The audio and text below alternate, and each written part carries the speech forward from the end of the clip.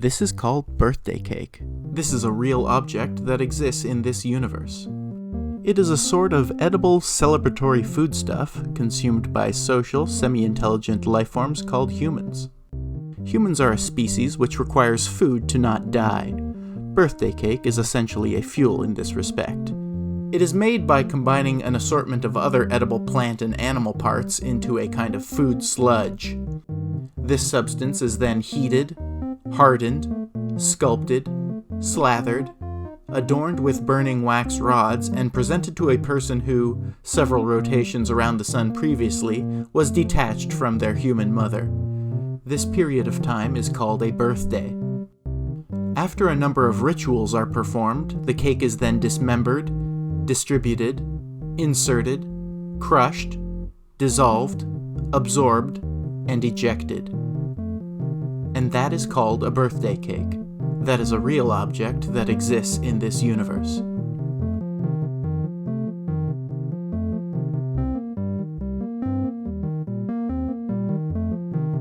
Honestly, not a huge fan. Too sweet. This is called a wedding ring. This is a real object that exists in this universe. It is a ceremonial metallic circle. A wedding ring begins its existence as a dense cloud of hydrogen which collapses into a big hot ball, also known as a star. The ball eventually explodes and spits out much heavier atoms like gold and platinum. These atoms find their way to a second gas cloud which coagulates into a small lump called a planet. Now, this is a relatively common occurrence in this universe, but wedding rings are a much rarer phenomenon. For them to exist, the planet needs to develop a very specific form of life that meets 4 criteria. 1. The life form must be able to extract and process the metals. 2. The life form must highly value the metals. 3.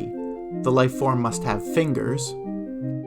And 4. The life form must undergo a process called a wedding. Okay, weddings are a type of formalized bonding ritual between 2 specimens.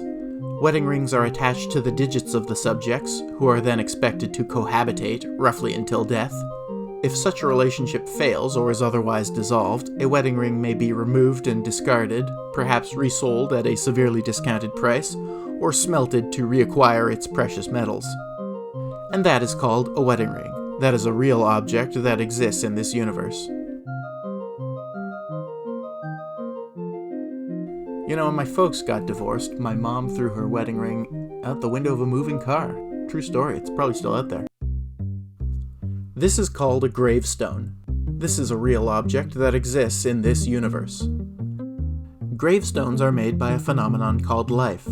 Life is essentially a complex chemical process converting energy and materials into molecular machinery. One such life form is called a human. When the machinery of a human halts its operation, whether due to damage or malfunction, the human is said to be dead. In death, the human becomes a lump of matter called a corpse. This corpse must be discarded in some manner. One common corpse disposal method is called burial. You see, the planet that the humans live on is covered in a substance called dirt. Dirt is made up of, among other things, dead plant material and excrement. Humans will dig a slightly larger than human-sized indentation in the dirt, into which a dead human may be inserted. The human may or may not be enclosed in a wooden box. Wood, coincidentally, is also the corpse of a dead tree. And at the end of this filled cavity, a gravestone may be placed. The gravestone is made of solid rock, often granite or marble, the latter of which is partially comprised of the compressed shells of long-dead sea organisms. Upon its stone surface is encoded information such as the corpse's former name and living duration. The shape of a gravestone can vary drastically. Sometimes it is beautiful, sometimes it is boring, sometimes it is hideous. Eventually, in time, it is worn away by erosion, precipitation, fungus, until it becomes soil into which perhaps another corpse might be inserted. And that is called a gravestone. That is a real object that exists in this universe.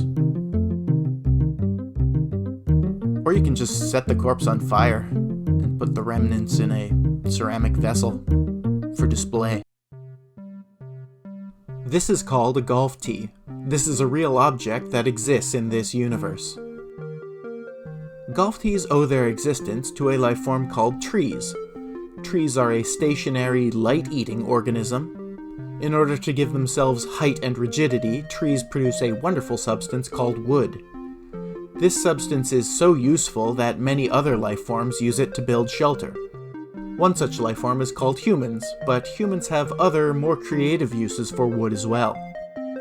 Wood can be assembled by humans into structures and tools, burned for heat and energy, or carved into toys. A golf tee is one such toy. A single tree's worth of wood can be sculpted into thousands of small tees. Their use is in the context of a procedure called golf.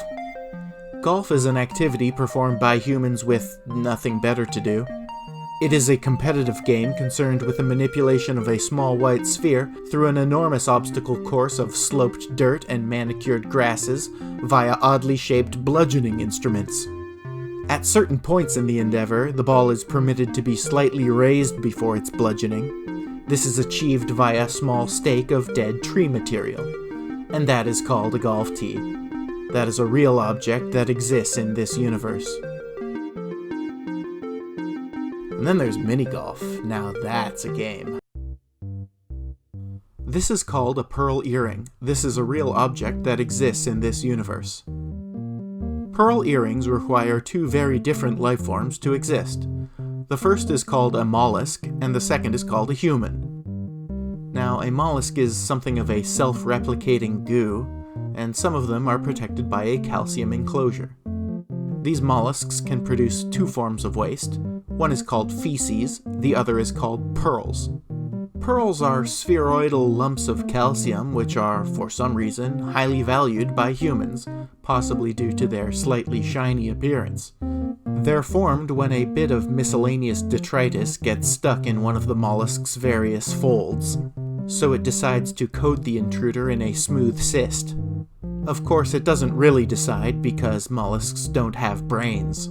Humans, however, do have brains, and these brains are encased in heads. Attached to these heads are flaps of cartilage and skin called ears.